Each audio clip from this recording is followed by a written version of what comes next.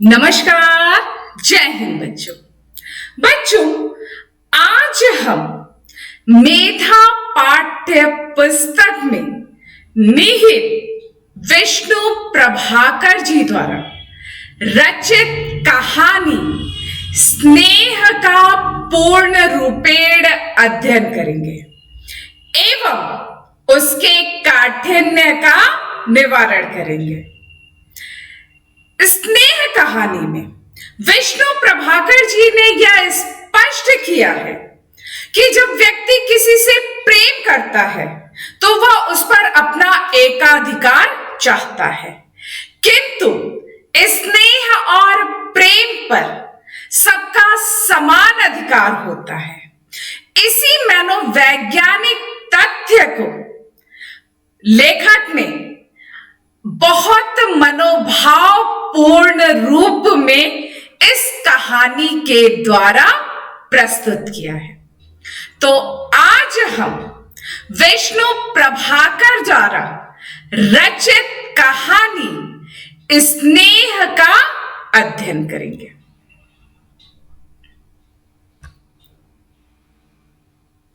स्नेह कहानी। सर्वप्रथम हम लेखक परिचय को देख लेते हैं और तत्पश्चात हम कहानी का वाचन कर उसके मूल भाव को समझने का प्रयास करते हैं।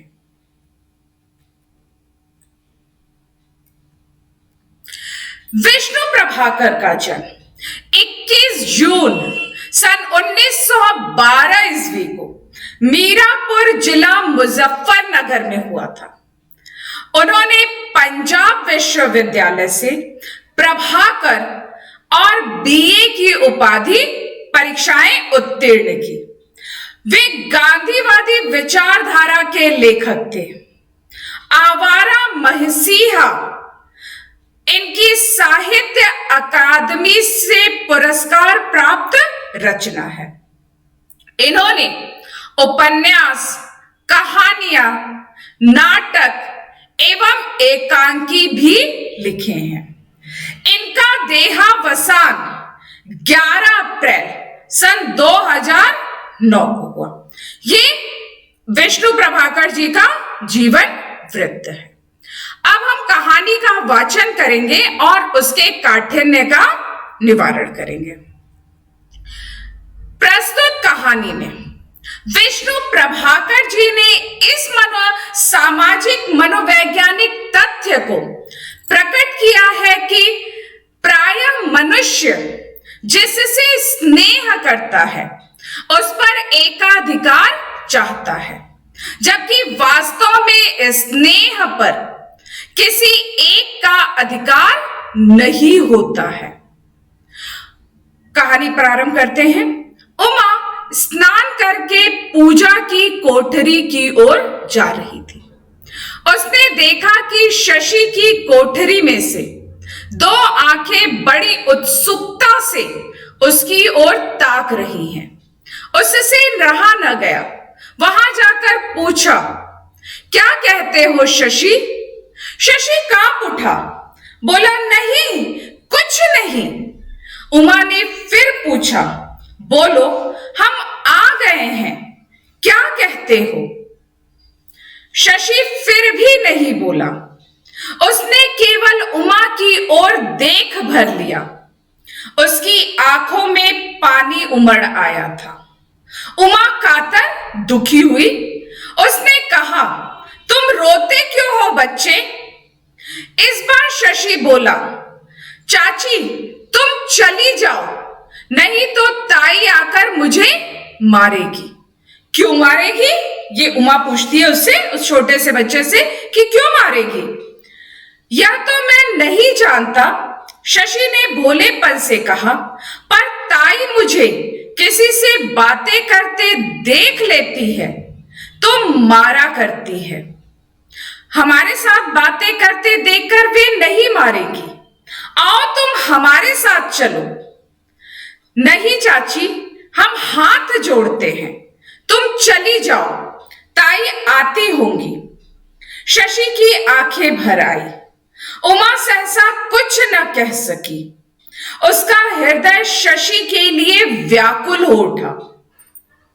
वह अभी इस नए घर में बहू बनकर आई थी। वह न शशि को समझ पाई थी, न अपनी विधवा जेठानी निरुपमा को। जिस दिन उसने ससुराल में पैर रखा था, उसी दिन निरुपमा ने उसको समझा दिया था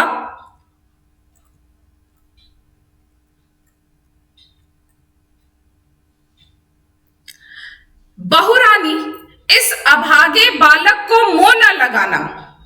उमा ने सोचा यह बालक अवश्य शैतान होगा, परंतु इन 4 दिनों में ही उसे मालूम हो गया बालक शैतान नहीं है। उसका एकमात्र अपराध यही है कि वह बिना मां बाप का है। यह भी क्या अपराध है? उमा वही खड़ी खड़ी सोचती रही। और उधर पूजा घर में उमा को न पाकर निरुपमा वहीं आ गई। उसने उमा को शशि की कोठरी के पास खड़े देखा। वह चिल्ला उठी, जो जानबूझकर सांप के मुंह में उंगली डाले उसे कौन बचा सकता है? बहुरानी, मैं अब भी कहती हूं, तुम शशि को मुंह न लगाओ। उमा ने चौंक कर बोला, मैंने क्या किया जीजी? तुम शशि के कमरे में क्यों गई थी? निरुपमा ने शासन में के स्वर में पूछा। उमा कांप गई। उसने इतना ही कहा, जीजी तुम इस बालक से इतनी नाराज क्यों हो? निरुपमा उसी तरह बोली, नाराज क्यों हूं? यह जानना चाहती हो?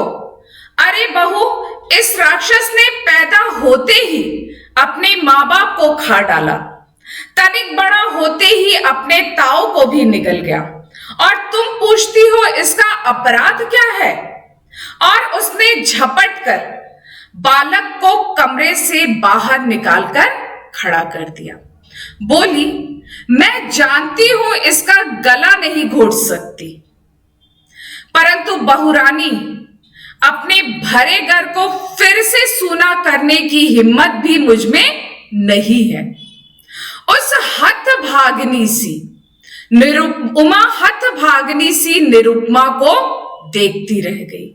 वह न बोल सकी न जा सकी। दिन पर दिन बीतते चले गए। नहीं बहू अब पुरानी हुई, परंतु शशि के प्रति निरुपमा की कठोरता समय के साथ साथ बढ़ती गई। समझ में आ गया? इतना समझ में आ गया? निरुपमा उमा उस घर में नई बहू बनकर आई थी, और निरुपमा शशि के माता पिता की मृत्यु के पश्चात शशि निरुपमा के पास रहता था, और वह उस पर अनेक प्रकार के अत्याचार करती थी, और वह उस पर अपना सिर्फ और सिर्फ अपना ही एकाधिकार चाहती थी। वह किसी से उससे बात करते देख लेती थी तो वह नाराज हो जाती थी। ये सारी घटनाएं होती रही। नई बहू अब पुरानी हो गई, लेकिन निरुपमा का शशि के प्रति व्यवहार नहीं बदला। एक दिन साहस करके उमा ने अपने पति से कहा, आप जीजी को समझाते क्यों नहीं? अमूल्य बाबू अचरज से बोले, किस लिए उमा? कि वे शशि के प्रति इतनी कठोर न हो। तुम नहीं जानती उमा, भाभी उसे बहुत प्यार करती है, परंतु प्रकट करना नहीं चाहती, इसलिए वे इतनी कठोर हैं। उमा अचरज से बोली, प्रेम में कठोरता होती है क्या? हाँ होती है। जब संघर्ष होता है तब प्रेम ताड़ना में बदल जाता है। नहीं, उमा ने कहा, कठोरता ईर्ष्या में होती है। एक दिन जब यातना सहते सहते शशि मर जाएगा, तब जीजी क्या उस प्रेम को लेकर चाटेंगी? कहते कहते उमा की आंखें छलछला आई। उसी समय शशि की चीत्कार उसे सुनाई पड़ी। दोनों चौंक पड़े। उमा जल्दी से उस ओर चली गई। उसने देखा निरुपमा शशि को मार डालने पर तुली है और बालक बिलबिलाकर कह रहा है, इस बार माफ कर दो ताई, अब नहीं करूंगा। उमा से यह न देखा गया। उसने निरुपमा के पैर पकड़ लिए, बोली, अब छोड़ दो जीजी। निरुपमा ने रुक कर तीव्र दृष्टि से उमा को देखा, मानो कह रहा हो, तुम्हें बीच में बोलने का क्या अधिकार है? उमा ने पूछा, बात क्या थी जीजी? क्रोध से भरी निरुपमा बोली, तुम्हारे लाड़ की बात है बहू, अब लड़का चोरी भी करेगा। मैं कहती हूं मेरे घर में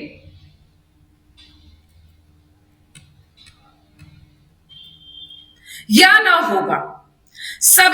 मैंने सवेरे 5 रसगुल्ले गिने थे, अब 4 है। इतना कहकर क्रोध से धमधम करती हुई वे चली गई। उमा ने देखा उनकी आंखों में पानी था। उसके हृदय को ठेस लगी और कठोर स्वर में उसने पूछा, क्यों तूने रसगुल्ले चुराया था? शशि ने बिलखते हुए कहा, चाची कल से भूखा था, तुमने परसों जो मिठाई दी थी उसके कारण ताई ने मुझे रोटी नहीं दी। वह जोर जोर से रोने लगा। चाची बड़ी तकलीफ होती है, मुझे बचा लो, मैं फिर चोरी न करूंगा। वह आगे बोल न सका, संज्ञाहीन सा होकर गिर पड़ा। उमा ने यह सब देखा और चीख कर वह भी वही गिर पड़ी। 3 दिन बाद उमा को बड़े जोर का बुखार चढ़ा हुआ था। अमूल्य को डर था कि कहीं उमा की बीमारी घातक न हो। वह बार बार बेहोश हो जाती थी। वह गर्भवती थी। निरुपमा ने उसकी यह दशा देखकर कहा, मैंने इसे कई बार मना किया अमूल्य, इस अभागे बालक की छाया भी कष्ट की छाया है। अमूल्य मुस्कुरा कर रह गए। थोड़ी देर बाद जब उमा ने आंखें खोली तो उसका हाथ अपने हाथ में लेकर बोले, उमा तुम्हें क्या हो गया है? उमा ने उन्हें देखा और पूछा, शशि कहाँ है? स्कूल गया है, उसे बुला दो, मैं अब न बचूंगी। अमूल्य उसके ऊपर झुकाए और प्रेम भरे स्वर में बोले, ऐसा मत बोलो उमा। उमा ने उसी तरह कहा, आपको दुख होता है, पर मैं क्या करूं? मेरे कारण उस बालक को बहुत कष्ट उठाने पड़ते हैं। उसे एक बार मेरे पास ला दो। उधर आती हुई निरुपमा ने उन वाक्यों को सुना।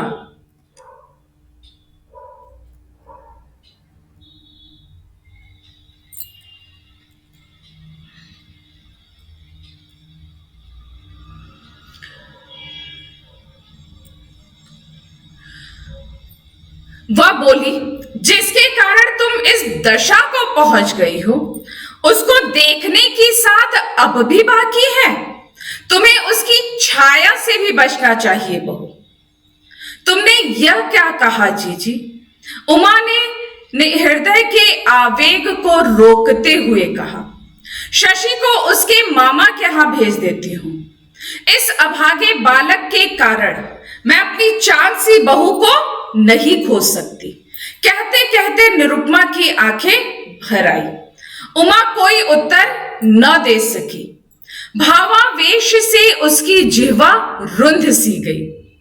उसने कातर दृष्टि से अपने पति की ओर देखा, मानो उसने कहा, ऐसे तो मैं और भी जल्दी मर जाऊंगी। और जब निरुपमा चली गई तो अमूल्य बोले, मैं कहता हूं उमा, कल से हम दूसरे मकान में चलेंगे। तब क्या होगा? उमा ने अचरज से कहा, तुम भाभी के अत्याचार को नहीं देख सकोगी।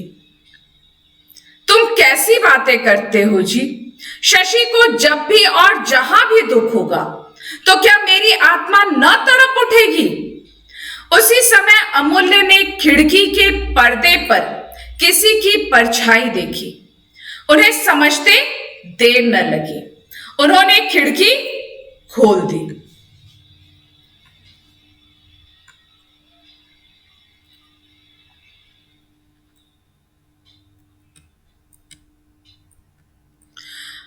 वह शशि था।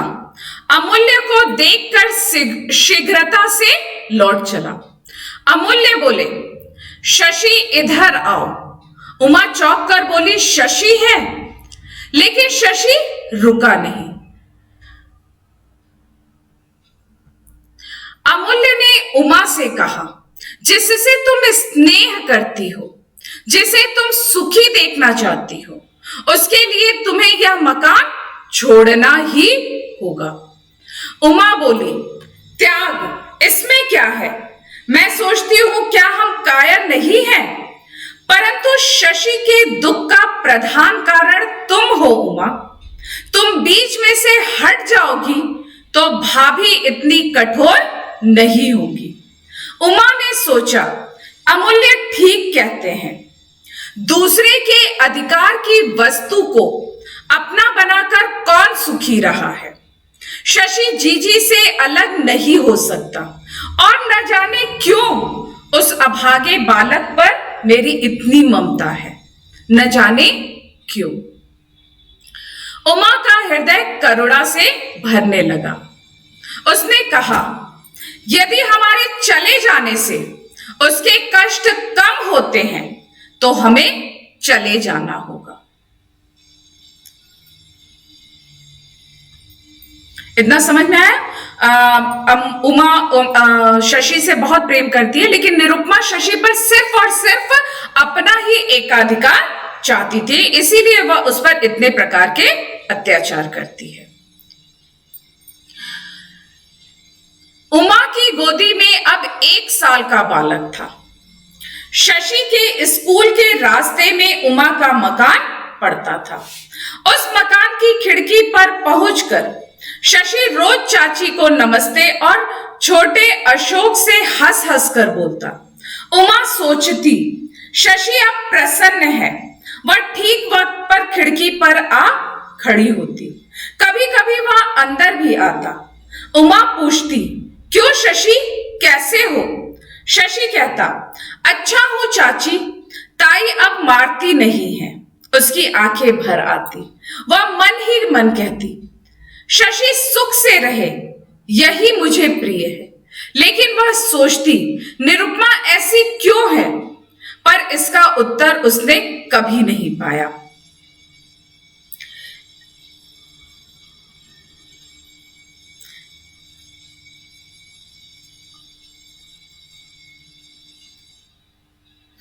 इसी बीच एक दिन उमा ने देखा शशि नहीं आया। उसे दुख हुआ। सोचा शायद उसे बुखार चढ़ा होगा, पर कई दिन बीत गए। शशि को उसने नहीं देखा। अब वह पुराने घर में नहीं जा सकती थी, क्योंकि निरुपमा उसके अलग होने से बहुत क्रुद्ध थी। उसका हृदय घबरा उठा। शशि सचमुच बीमार है, लेकिन वह क्या करे? उसने अमूल्य से कहा, तुम जरा उस घर जाकर देखो तो शशि कैसा है। अमूल्य ने इतना ही कहा, मैं अब वहां नहीं जा सकता। उमा क्या करे? मन मारकर उसने 2 दिन और बिता दिए, पर तीसरे दिन उससे रहा नहीं गया। उसने निरुपमा की दासी को बुलाकर पूछा, शशि अच्छा है श्यामा? श्यामा की आंखें सजल हो उठी। उसने कहा, बहू, तुम्हारी जेठानी ने जब से जाना है कि शशि तुम्हारे पास आता है, तो उन्होंने उसका स्कूल जाना बंद कर दिया है। उसे खूब मारती है। बेचारा बालक शायद अधिक जी न सकेगा। उमा कांप उठी। सच कहती हो श्यामा? श्यामा बोली, सदा से मैं उनके साथ ही हूं। वे नहीं चाहती कोई और शशि से प्रेम करे। अच्छा चलो श्यामा, मैं तुम्हारे साथ चलकर जीजी से पूछूंगी कि प्रेम पर क्या किसी का अधिकार होता है। श्यामा बोली नहीं।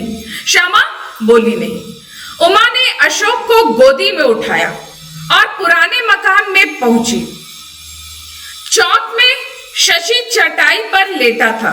वह उसे पहचान न सकी। उसका मुख पीला पड़ गया था, बदन की हड्डी हड्डी चमक आई थी। वह रोते रोते विह्वल हो गई। निरुपमा रसोई घर में थी। रोना सुनकर बाहर आ गई। उमा को देखकर उसका क्रोध उमड़ गया। चीख कर बोली, तुम यहां क्यों आई? उमा ने अपनी जेठानी की ओर तीव्र दृष्टि से देखा और बोली, तुम्हारे अंतर में जो आग जली है उसकी भूख बुझाने आई हूं राक्षसी। और उसने अशोक को उठाकर उसके चरणों में डाल दिया। आर्द्र स्वर में बोली, जी इसे खाकर अपनी आग शांत कर लो। मेरे शशि को मुझे दे दो। निरुपमा उस क्षण स्तंभित, चकित, बुद्ध सी बनकर खड़ी रह गई, पर उमा ने उसकी ओर देखा भी नहीं। उसने शशि को गोदी में उठा लिया और चल पड़ी। तो निरुपमा शशि से प्रेम करती थी, लेकिन वह उस पर सिर्फ और सिर्फ अपना अधिकार चाहती थी। वह शशि से किसी को बातें हुए करते हुए देख लेती तो उस पर क्रोधित होती, उसे मारती थी। लेकिन स्नेह और प्रेम पर किसी एक का आधिपत्य नहीं होता है। विष्णु प्रभाकर जी ने इस कहानी के द्वारा इसी मनोवैज्ञानिक तथ्य को स्पष्ट किया है। प्रेम होता है वह सभी के लिए होता है। स्नेह होता है वह भी सबके लिए होता है। यदि व्यक्ति किसी के ऊपर सिर्फ अपना एकाधिकार चाहता है या चाहता है कि हम उसे बांध कर रखें, तो वह स्नेह बंधन में नहीं रह जाता है। निरुपमा भी यही चाहती थी। वह शशि पर सिर्फ और सिर्फ अपना अधिकार चाहती थी। वह नहीं चाहती थी कि शशि किसी और से बात करे, शशि किसी और से स्नेह करे। इसलिए वह उस पर अनेक प्रकार के अत्याचार करती थी। यदि वह देख लेती कि शशि उमा से बात कर रहा है तो उसे खाना नहीं देती थी, उसे मारती थी। लेकिन उमा शशि के प्रति निस्वार्थ प्रेम करती थी और अंततः शशि के प्रति होने वाले अत्याचारों को सुनकर वह अपनी संतान निरुपमा को दे देती है और कहती है कि तुम अब इस पर अत्याचार करो। तो स्नेह का जो बंधन होता है वह किसी एक बंधन में बंधकर नहीं रह सकता है। यह कहानी विष्णु प्रभाकर जी के द्वारा लिखी गई यह कहानी इसी मनोवैज्ञानिक तथ्य को स्पष्ट करते हैं। तो बच्चों, आशा है कि आपको कहानी पूर्णतः स्पष्ट हो गई होगी। तो आज की कक्षा को अब मैं यही पूर्ण विराम देती हूं। जय हिंद, जय भारत।